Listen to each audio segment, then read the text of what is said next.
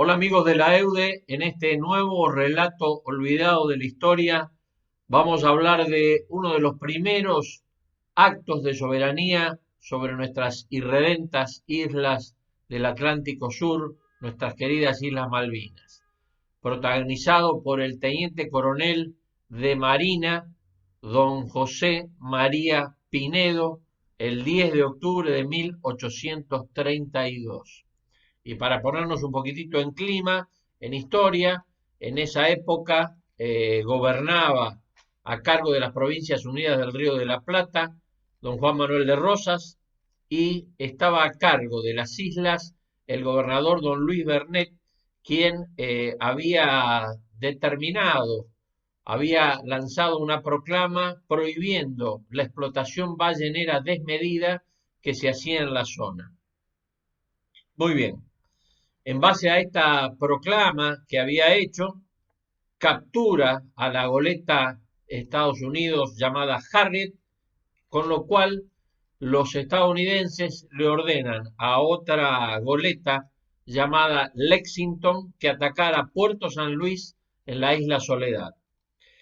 Y de ese hecho se arrasa la colonia que había instalado el gobernador Luis Bernet y se toman prisionero a todos los habitantes de la misma colonia. En ese momento Buenos Aires le reclama a Washington y nombra como gobernador político militar interino a Juan Francisco Mestivier, un ciudadano francés que había estado trabajando y luchando a la par de los oficiales argentinos, que había alcanzado el grado de sargento mayor, con lo cual Rosas lo destina como gobernador para que solucionara el problema que Luis Bernet no lo había podido hacer. A partir de ese momento, en septiembre del año 32, se embarca en la goleta Sarandí, que estaba a órdenes del teniente coronel José María Pinedo. Llegan ambos el 1 de octubre al Puerto Soledad, al que conocemos todos con el nombre de Puerto Argentino, llevando en esa goleta 25 soldados del regimiento de patricios a órdenes del teniente primero entonces Gomila y a 50 colonos con sus mujeres e hijos para quedar instalados ya directamente en las islas. El día 10 de octubre, Pinedo realiza una ceremonia, lo pone en posesión a Mestivier, quien en ese momento dice que jura defender y sostener hasta sus últimas fuerzas al pabellón argentino. Se hizo el pabellón argentino, como es costumbre, y comienza una nueva etapa de soberanía en nuestras Islas Malvinas. Pasado el tiempo, el 21 de noviembre, Pinedo, con su goleta Sarandí, comienza a recorrer las islas para detectar si había intrusos y hacer cumplir el decreto de la prohibición de hacer un desmán en la pesca ballenera de la zona. Muy bien. En ese momento, Pinedo encuentra al foquero de Estados Unidos de San y el mismo que estaba a órdenes de un capitán llamado Trott, lo hace retirar, más allá de las protestas del mismo, y Trott se dirige al puerto de Montevideo para reclamar ante sus autoridades, las autoridades o los delegados de las autoridades de Estados Unidos en Montevideo, por el hecho que había ocurrido.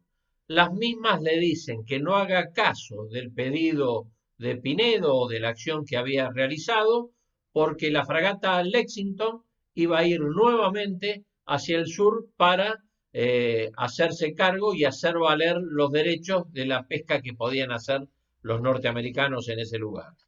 Muy bien. El 30 de noviembre, mientras Pinedo estaba navegando y controlando la pesca o evitando la pesca desmedida, se produce un motín. Mestivier trata de sofocarlo, es asesinado delante de su mujer y de su pequeño hijo recién nacido, y ese motín hace que se pierda todo rasgo de autoridad. colaboran en sofocarlo a ese motín marineros de un ballenero francés llamado el Jean-Jacques y una goleta británica llamada la Rapid, donde se refugia la señora de Mestivier ante tanto desmán.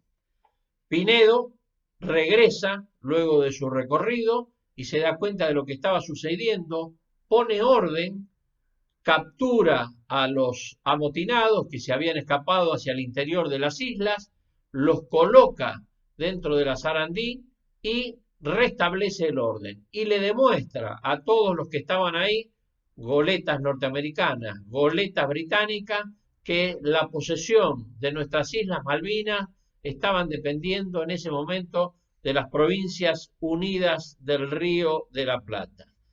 Ese fue el primer hecho demostrativo de que nuestras irredentas islas siguen perteneciendo al territorio argentino.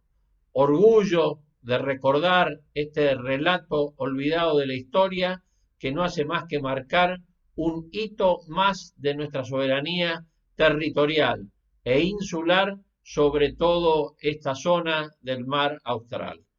Esperemos les haya sido de interés este relato y Dios mediante los espero en el próximo relato olvidado de la historia.